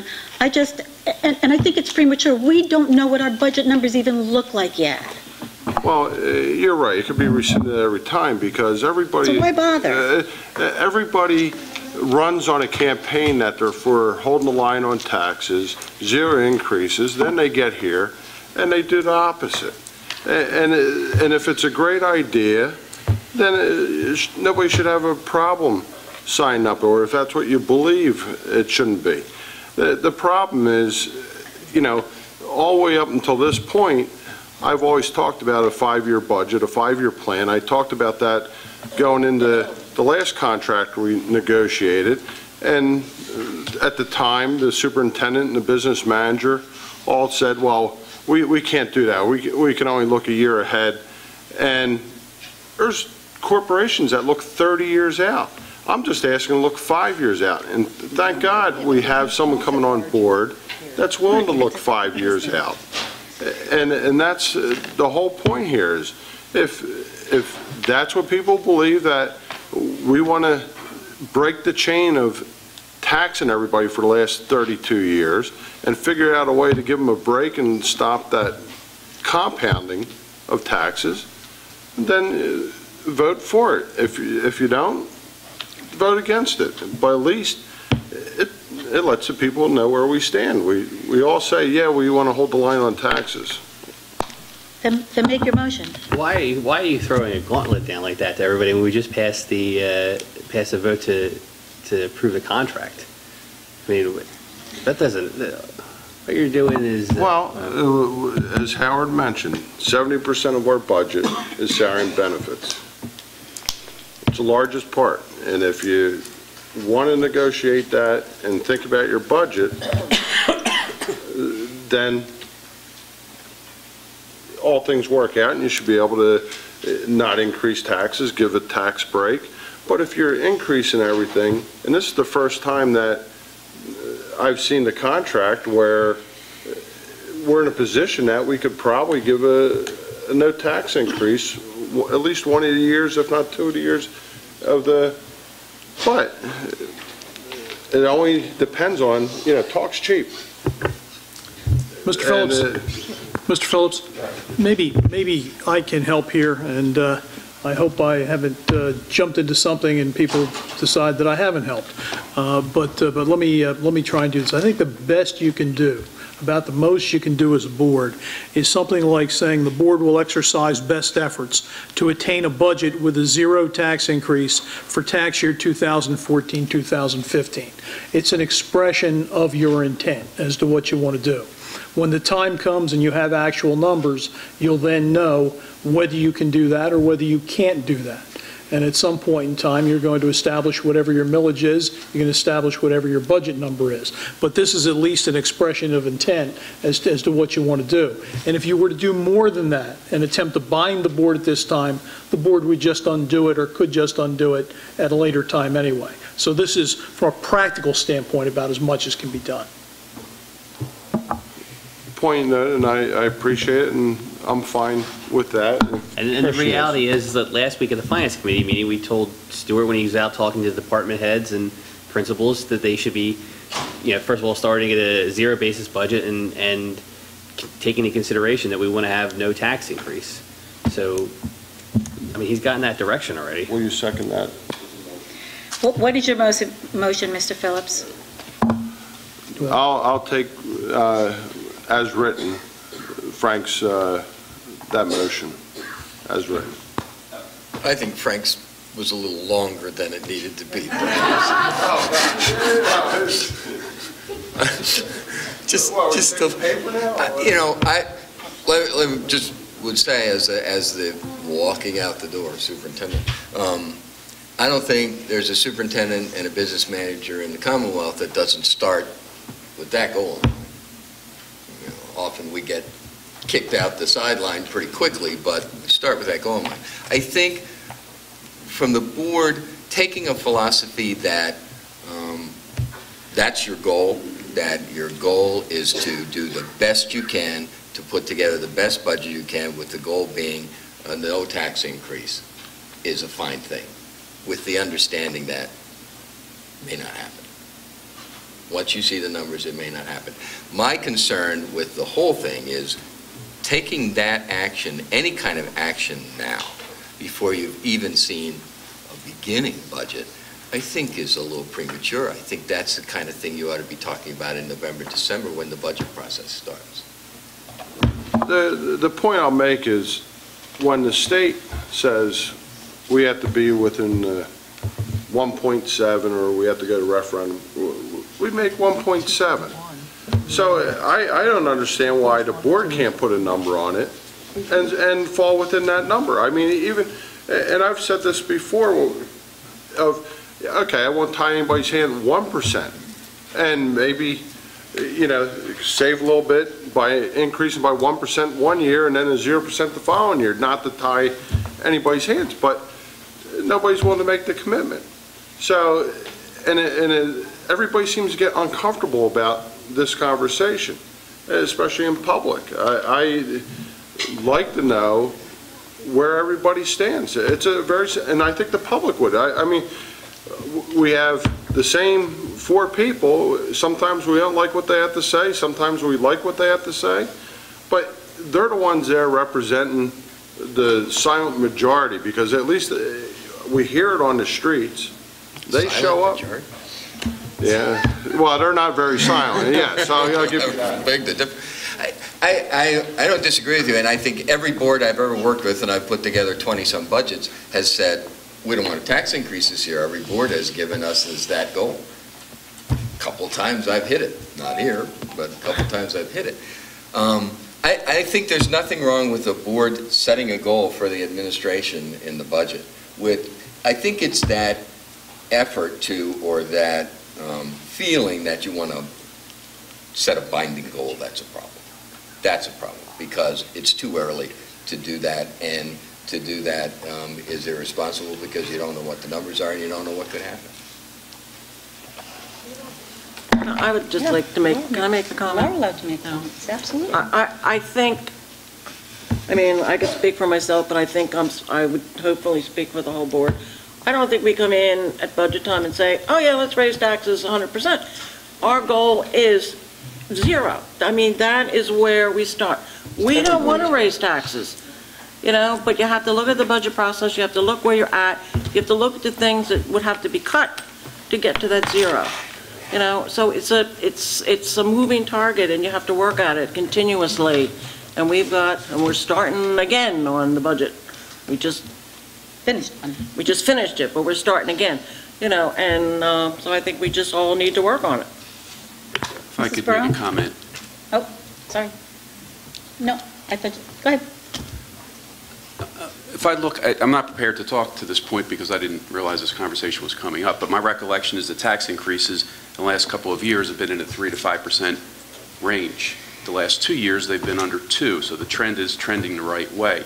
Do I like 0 better than 1.9? Absolutely, but am I ready to commit to it right now? No, I'm just not. There's just not enough information to make such a statement. I think we're trending in the right direction. Thank you. I'd like to add to Mr. O'Neill. I think as Maria said and as Mark said, I think we are trying to get to 0. I think the proof right now is in the pudding with what you just said about our tax increases are going down. We also just went to a budget that we just approved that went from a 14% increase over 4 years down to a little over 2, around 2, depending on what our final numbers end up being. And the issue here is we are working at it. We are doing everything we can. We have good teachers. We don't want to lose every teacher, but we can't reward with 14% anymore. So we are doing what we can, and I think we are working towards getting to where we can balance things better. But I think a 0 is unrealistic. I'm not willing to give up the list that Maria said. I'm not willing to give all those things up. I think that is a problem for our district. I think we would disintegrate, and I don't think that's fair to the community. That's going to affect housing, and that's not fair to the students. Further, I really think that this is something that we should put off so that our new superintendent can get involved with this. He's not been part of this conversation. This is the first that we've had of this conversation. And he's going to be putting the budget together. And it's going to be his responsibility. He's not elected by the taxpayers. Excuse me. You're out of order. Well, you'll get your chance. The motion's on the floor. Is there a second? The motion is what Frank has written. What Frank said. Oh, so the motion is what Frank said. Here's what I said. We condensed it a little bit. What I said is the board will exercise best efforts to attain a budget with a 0 tax increase for tax year 2014-15. I like that. Wonderful. Do I have a second? Second. All those in favor? All those opposed? Motion does not carry 1 to 8. It's not that I'm opposed to it. I just don't think we're ready to talk about it. I don't think and we're I second it out of respect for a board member because I want you to have your say and say your piece. But you know, I think we need to get into the process before we start talking about what our goals and what our options are. Well, okay. Like I said before, when we did the contract last time, we all sat here, no retroactive pay.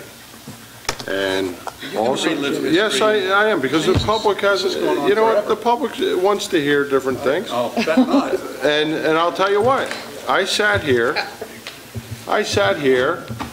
and we ended up giving them retroactive pay. That following spring, we cut $1.5 million hour budget.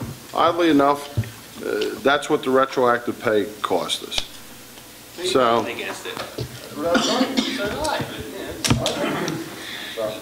Do I have, excuse me, do I have any other new business? Mr. Yes. Jones? Oddly enough, this is going to be far more mundane than that. Effective tonight, I'm resigning from the board.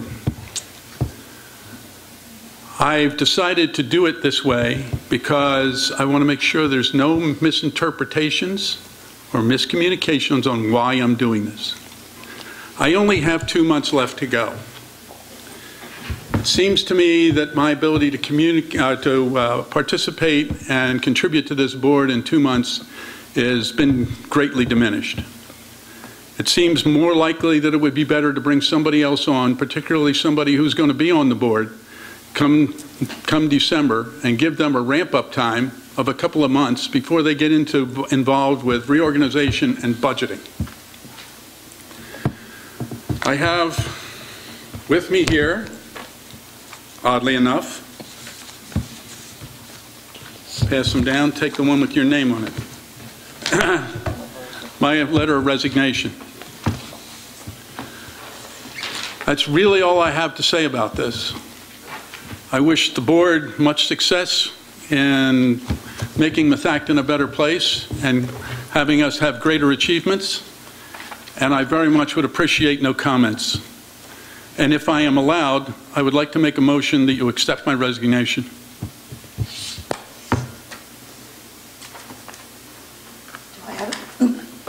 Excuse me. Do I have a second? I'll make the second, as it is the wish of a board, school director to resign from the board. I do it out of respect for his decision. Pure and simple. All in favor? Or any other comments or questions or, but no more asked for? You didn't want any. I know, but you don't always get what you want. Can we say thank you for service? All in favor? We have a choice? Yes. No, you don't. Well, you probably don't because you sit next to him, but no, out of respect. I don't believe I can vote for this, can I? Yeah, no pecuniary. 9-0. Thank you. Maybe excused? You don't want to listen to, you don't want to listen to courtesy of the floor? I'm officially off the board then. All right. Courtesy of the floor. Mr. Andrews.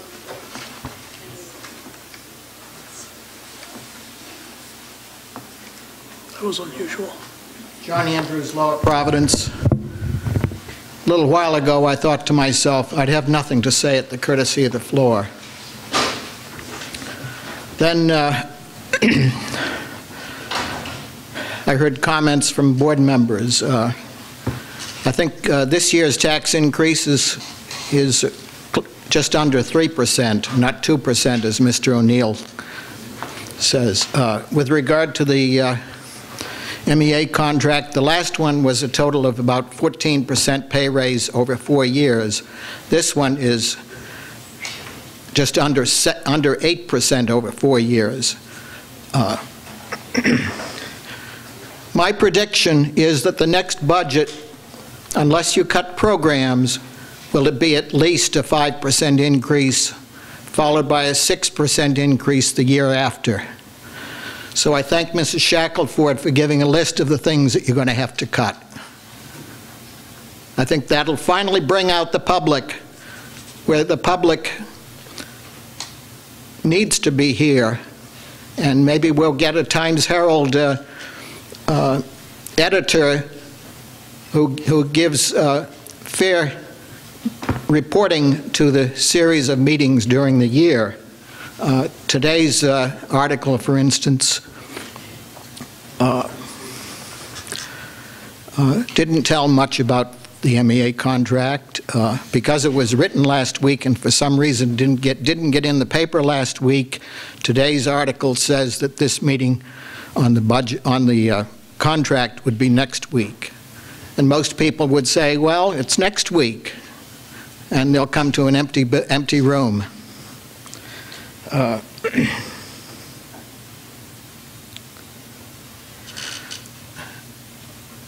I think that Mr. Jones has provided a lot of skill to negotiations for the last contract, which at one point he said to me was a full-time job.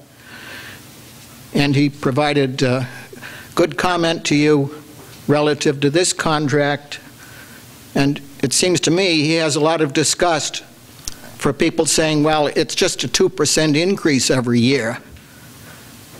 But why are some of the salary levels at $99,999?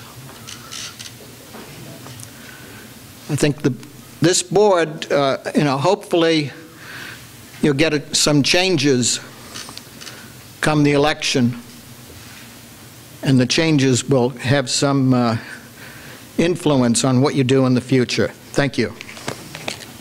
Thank you. Mrs. Kernop?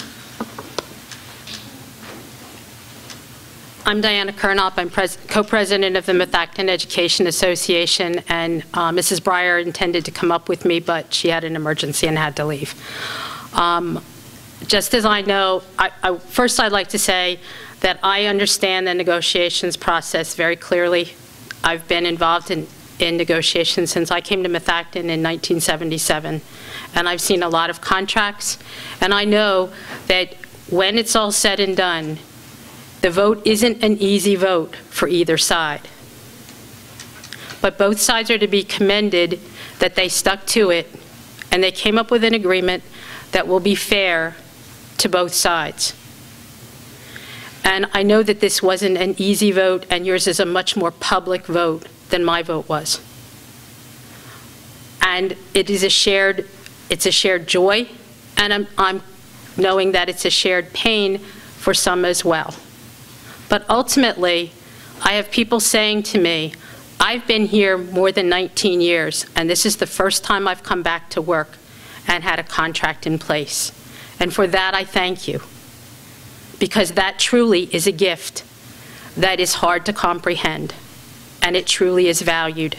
And please know that no matter how hard your vote was or your decisions, it truly was appreciated from my heart and from MEA.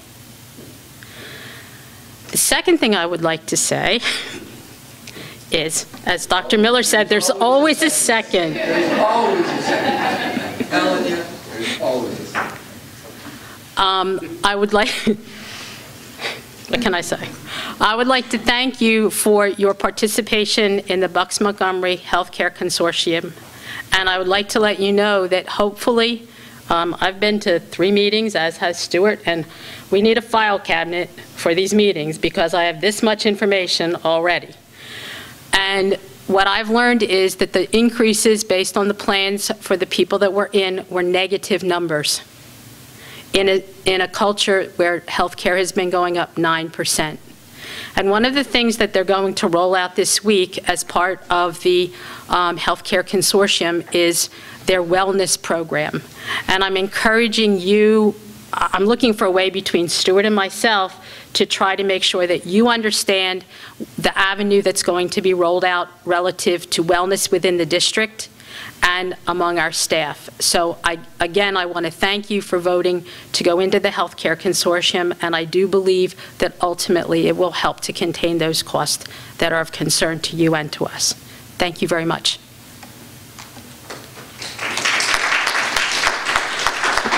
Thank you. Mr. Evans.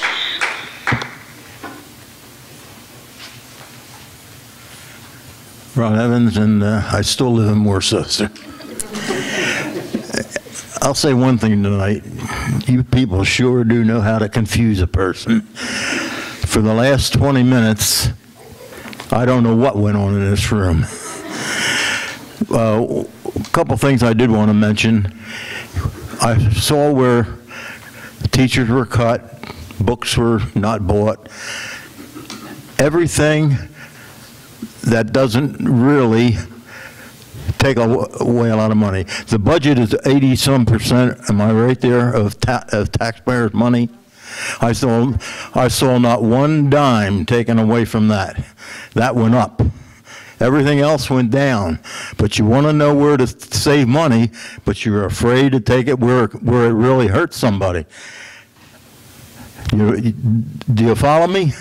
I want to make sure you understand. I'm saying that you didn't take a cent off the salaries, and that's the biggest thing. The second thing I would like to say is, of the board members that are here, I'm not going to mention numbers, names, but we had one individual make a motion and the person seconded the motion and voted against it. That's about as chicken-hearted as I can ever find a guy to do. To make a motion, and then if I second a motion and vote against it, to me, that's pretty stupid. I may not have a college education like most of you people, but I guarantee you, out of 7 or 8 of you, I got more common sense than all of you put together. Thank you. Any other comments this evening? Ms. Silva.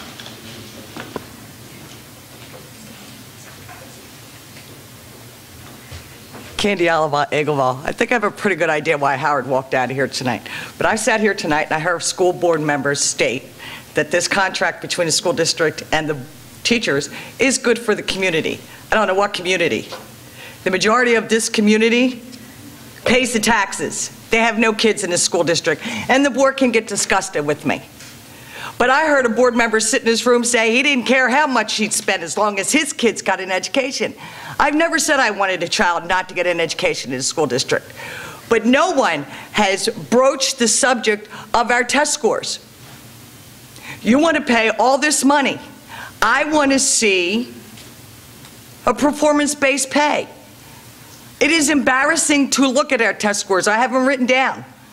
Now, our shining spot right now in this school district is the elementary schools. And I checked a few of them, which I was pleasantly surprised at their test scores, which they exceeded the goal that was set by the state. And their IEP classes exceeded the goals, because we're always told that the IEP and the special education is what brings us down. And I take that as a personal insult, knowing I have special needs family members. But the thing is to sit there and justify by saying it's a good for the community. Dr. Quinn in February, when he had his forum at the library, put a dollar bill up on the screen. 72% of the tax money pays salaries and benefits for the teachers and the administrators. I have not seen the teachers or the administrators take any cuts and give back. But you're asking, you people sitting here are asking or telling the taxpayers that we have to fork over our hard-earned money. I don't think there's anybody in this board right now that works for a living. If you're not worried about not having a job tomorrow morning, then you're delusional. Because the economy is not getting better. I watched the report tonight. Things are going downhill very quickly. The Affordable Health Care Act is really going to hurt everybody because nobody knows what's going on. But to sit there and disregard the taxpayers and disrespect them. You know, the list starts taxpayers, students, parents, teachers. That's the order it goes in. You cannot exist without the taxpayers.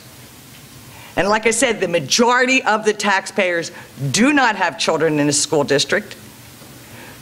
Most of them own their homes, and I know a fair number of senior citizens now that are on the verge of losing their home that they worked all their lives for. And you say you're sorry, but geez, we need to give you. Maria gave us a list of things we have to cut. That's never going to happen. That's to scare the parents and the students. The government does that to us every day. They scare us with all these cuts. And it doesn't happen. They still spend money.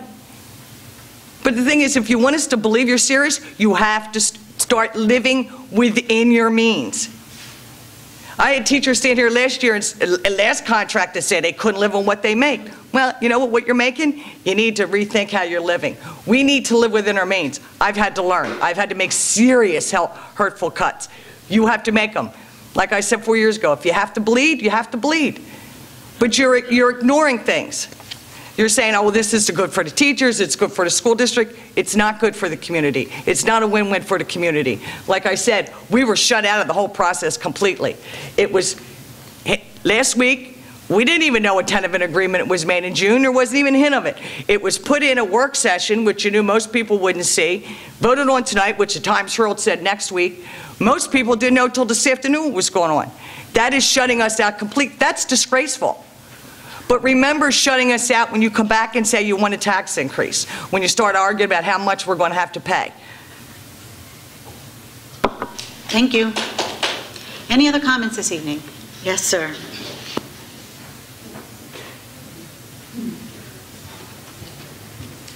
Kyle Alabach, Eagleville. I don't know if this contract is any good or not, considering you gave a week for the public to digest this contract, to dissect it, to figure out what's in it.